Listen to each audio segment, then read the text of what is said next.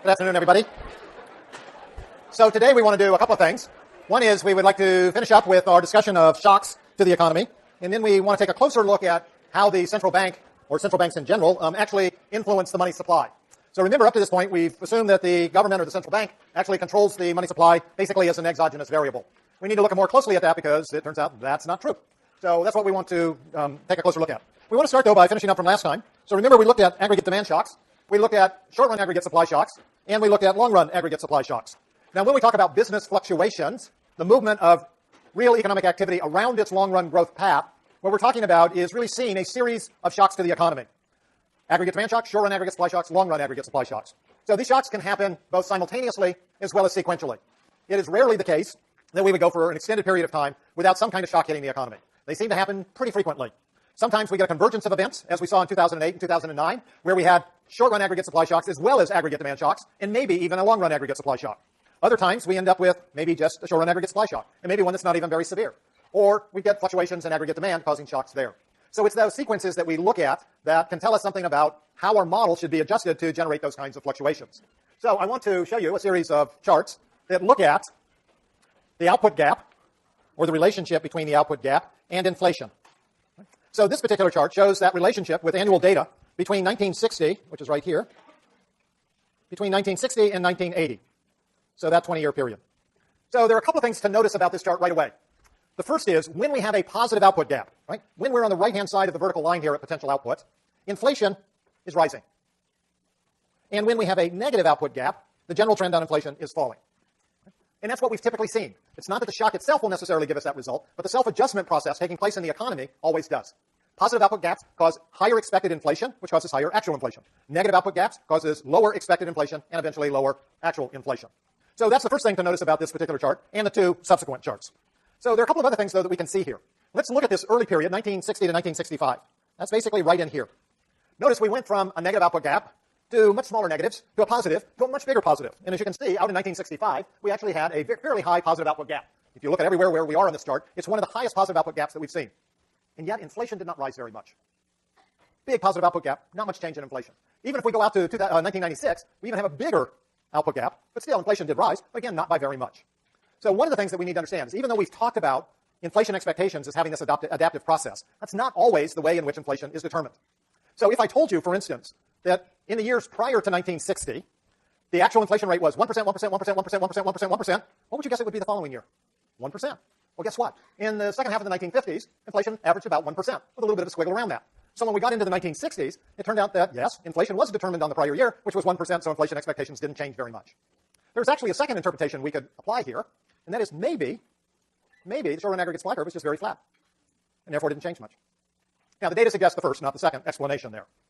Now, notice as we go up here to 1966, 67, 68, we still have these big positive output gaps, and sure enough, inflation is rising. Now, we know in our self-adjusting mechanism, that's exactly what we would expect to happen. Big positive output gaps, inflation is going to rise. And eventually, that rise in inflation is going to bring us back to general equilibrium. And notice that also what happens. Now, this is a big enough move that takes place here. This is 1969, by the way. So in 1970, there was a big enough move that we can also see that that's not just the self-correcting mechanism. We went from plus 3% output gap to slightly negative output gap in 1 year. So that clearly reflects a negative aggregate demand shock as well. So we've got both the self-correcting mechanism going on and a negative aggregate demand shock taking place in 1970.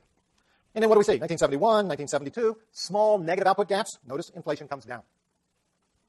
Then we have a positive aggregate demand shocks. We start moving back up. So now here we are in 77, 72, 719. This is 1973. This was 69. So notice that we've got that counterclockwise mechanism that I showed you in our model diagram. Notice what we've done. We started at 6 o'clock. We've gone to 12 o'clock. We started at 12 o'clock. We come back to 6 o'clock. We started at 6 o'clock. We start moving back up to 12 o'clock. Now in 1974, actually very late 1973, we had our very first OPEC oil price shock. And you can see what happens. Big negative output gap, or change in the output gap, and a huge increase in inflation. So this does look like exactly what we would expect from a significant negative short-run aggregate supply shock. Oil prices, which had been at, and I know these numbers will sound terribly low, but oil prices before the oil price shock had been at $2.50 a barrel. But they had been at $2.50 a barrel for 25 years. And then with the OPEC price shock, they went to $12.50. Now, we'd all love to have $12.50 barrel oil today, at least as consumers of oil products. But the fact of the matter is, we saw quintupling of oil prices, right? And that's really hard to adjust to after you've seen them steady for as long as they have been before that. So we got this huge pass-through in inflation, big negative gap. And then, because of the higher inflation, there were contractionary policies that gave us a negative aggregate demand shock, trying to bring that inflation down. But it turned out the inflation actually stayed pretty high despite the magnitude of the negative output gap. But that negative output gap finally overcame any negative price shocks. And sure enough, inflation starts to come down. We start to self-correct. Notice again, we can go from 12 o'clock to 6 o'clock. Now by 1977, 78, 79, you can see we had a small positive output gap. Inflation has ratcheted higher, and we end up in 1979 pretty close to general equilibrium, but at a fairly high inflation rate. And then we can see again, between 1979 and 1980, very much like 1973 and 1974, another oil price shock. This time it was the Iranian Revolution, and oil prices tripled. Now, granted, they only went from 10 to 30 or 15 to 45, but still big, big changes there. So notice how these counterclockwise circles, if you will, tell us a lot about what's happening between the output gap and inflation. It tells us something. If you know what the shocks are, it's really easy to see what's happening during this period of time. If you don't know what the shocks are, you can just simply look at the data and probably figure out, with the model that we've developed, exactly what it is that's happening. Is it an aggregate demand shock? Is it a short-run aggregate supply shock? Remember, most long-run aggregate supply shocks, long-run aggregate supply shocks don't occur very often. So chances are when you see a shock in the data, it's not a long-run aggregate supply shock. It could be. Probably it isn't, simply because we don't see very many of them. So here we are in 1980. Notice we have a very high level of inflation and a negative output gap. So here we are in 1980. That big negative output gap puts downward pressure on inflation. But the inflation rate is still in excess of 10% per year. Paul Volcker becomes chairman of the Federal Reserve. You can read about Paul Volcker in your book. And he is under an appointment to kill the inflation beast. That's basically why he was brought in. And so what Paul Volcker did was to raise short-term interest rates. We looked at this on Tuesday. Right? I told you short-term interest rates went from the 7 to 8% range up to the low 20s. And what would you expect to happen during that period of time? Huge negative output gap. Right? Really bad recession. But that recession brings inflation down. And in fact, even though they started to reverse some of the increases in interest rates, that is moving back down along the MP curve, because inflation's coming down, remember the real interest rate's going to come down, you'll get more economic activity, and you start to see an economic recovery. But inflation stays much, much lower. Okay? That negative output gap is pushing those inflation rates down. And then we have another circle in here, get a little positive gap, inflation goes up. Notice once again, we're roughly at general equilibrium at that particular point, and then boom. This kind of downward movement in the output gap and drop in inflation looks like a negative aggregate demand shock. So this would be 1991 when the economy had a recession. And then monetary and fiscal stimulus started to bring the economy back. A negative negative output gaps continued to put downward pressure on inflation. Now what's also interesting in here is these 3 years right here. So we can see actually that in the mid-1990s, we had negative output gaps, but inflation was pretty stable. Right? So inflation expectations probably weren't changing much. But notice what happens is we move from 1996 to 1997 to 1998. Okay? The output gap goes to general equilibrium, now we have a positive output gap. But inflation goes down.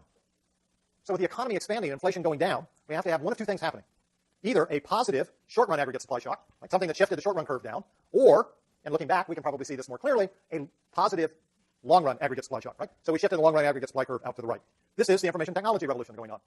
So the long-run aggregate supply curve shifts out, the short-run curve shifts down. This is exactly what we would expect. The output gap would get positive relative to the old potential output level, and inflation should continue to fall. But notice that doesn't continue forever. By the time we get to 2000, we can see that the output gap is getting more and more positive, and eventually now inflation is beginning to rise. Now, it's not very high, but it is moving in the upward direction. And then finally, we can look at the last decade and a half-ish. We can see that we started in 2000, and we had a big negative aggregate demand shock. Stock market blew apart. And then we've got some really whippy-dippy stuff in here, where we go into recession, inflation comes down, just what we would expect. Then as the economy recovers, we get into a positive output gap. Inflation actually still comes down, so it's a little peculiar right in here. And this year, right there, is 2007. So 2008, right here, two things happened. We had an oil price jump, so a negative short-run aggregate supply shock, and we had a collapse of Lehman Brothers, a negative aggregate demand shock. So the negative aggregate demand shock is going to push us sharply in the direction of a larger and larger negative output gap. The price shock is going to actually push inflation up a bit. They're fighting against each other. 2009 is when the recession really took over and dropped us into a deep, deep hole. Inflation came down because of the negative output gap, but it also came down because the price shock in 2008 went away. In fact, not only did it go away, it reversed itself completely. So inflation came down. Now, the price shock stops. The economy improves a bit in 2010, so we get back to an inflation rate of just under 2%. And then you can see that in the last several years, the economy has just simply been drifting. Again, we've had some other oil price moves, which has caused the bump up here in 2011, which came back down. But moving away from those oil price shocks, we see that inflation seems to be about 2%, even though we have a big negative output gap. Again, suggesting either we got some really funny movements going on with our curves, or maybe inflation expectations aren't changing very much. Now, if you go back to when we talked about measuring economic data, one of the things we talked about was the Fisher equation, nominal rates equal real rates, plus the expected rate of inflation. We could figure out what the expected rate of inflation was by looking at the difference between nominal and real rates. And there's a chart in your lecture notes that shows that. And what that chart shows is that there was a big drop in expected inflation during the recession, but then it came back and has been relatively steady since then. So somehow we'll have to reconcile our assumption that expected inflation equals last year's inflation, and the fact that expected inflation has actually been fairly steady. So we'll do that later in the term, but we want to stick with our basic assumptions for now. So again, what we can see here is the data follow pretty well with what the model is suggesting that it should show. Right? It's not perfect, but it sure gives us the broad outlines, and that's what we're looking for. So this is a chart or a table I put together, and there's unfortunately all sorts of mistakes on it, which just goes to show that one should never be putting together brand new tables late at night with an adult beverage in hand. So let me see if I can't fix this up a little bit. Okay, what this should be is output gap. This should be positive. This should be negative. And normal could be 0, right? Where 0 means basically we're at potential output. And then one other, that should be a positive, negative AD. But other than that, everything was just perfect. Okay, so notice what we've got here. So in this upper right-hand quadrant here, what we're saying is, let's suppose we have a positive output gap, and inflation is rising. Right? That's going to be caused by positive aggregate demand shock. If, however, we still have a positive output gap, but inflation is falling, it must be a positive temporary or positive permanent aggregate supply shock. Shift the long-run aggregate supply curve to the right or the short-run curve down. If we have negative output gaps and rising inflation, then again, we get that from having negative aggregate supply shocks. If we have negative output gaps and inflation falling, it's because we have a negative aggregate demand shock. Notice that when inflation is stable, chances are we're going to be very close to potential output, so the output gap will be close to 0, which means the unemployment rate will be very close to the natural rate of unemployment. So we'll have a full employment outcome. Right? So we can move in between all of those various different positions.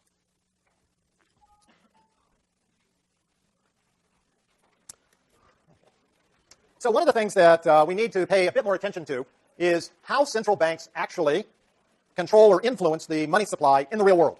Remember, up to this point, we've basically assumed that the central bank has control over the money supply. In fact, we've treated it basically as an exogenous variable. So now we need to think more broadly about what that means. So I'm not going to spend a lot of time talking about the Federal Reserve because these are things that you should know, and if you don't, you can read about them, either the slides or in lots and lots of different places. But almost every country that I'm aware of has a central bank. Okay? Central banks are basically the bank for the government's bank. So that's typically their number one function. So if you ever receive a tax refund check or a Social Security check, well, when you're older, or any other kind of check that you might get from the United States government, across the top of the check it's going to say United States Treasury. Right? Those are the people who manage the government's money. And somewhere on there it's going to say drawn on an account at the Federal Reserve Bank. Just like when you write a check, it's going to be drawn on your account at whatever bank you have, right? Bank of America, Wells Fargo, Citi, Chase, whoever it might be. Okay? So the central bank acts as the government's bank. That's where the Treasury has its checking account. Now, a second thing that banks do, in fact, the Federal Reserve does, not all central banks do this, is it's the major regulator and supervisor of banks, thrift institutions, and today, since the passage of Dodd-Frank, today it also does regulation and supervision of so-called systemically important financial institutions, which could be hedge funds or money market mutual funds or other types of financial institutions. As I said, that's not always a function of other central banks. Many other central banks have the regulatory supervisory functions delegated to another government agency. The central bank is also set up to act as something known as the lender of last resort. So what this means is the lender of last resort to a financial institution, primarily a commercial bank. If a commercial bank has a liquidity problem, something we'll look at in more detail on Tuesday, then the central bank will lend that institution funds to tide it over its liquidity problems. Okay? And finally, and for our purposes most important, central banks implement monetary policy, whatever those policies might be. Okay? Now, the Federal Reserve itself is just a little over 100 years old. It'll be 101 in December. So it's actually, in the grand scheme of things, a relatively young central bank. The Bank of England and the Swedish central bank have been around for 350 and 400 years. The Federal Reserve is also the third incarnation of a central bank in the United States. For those of you who have had U.S. history, you may remember something called the first United States Bank and the second United States Bank. Those were both central banks for the country. But we actually went from roughly the late 1830s to 1913 without a central bank in this country. So it is possible for an economy to exist without a central bank. Now,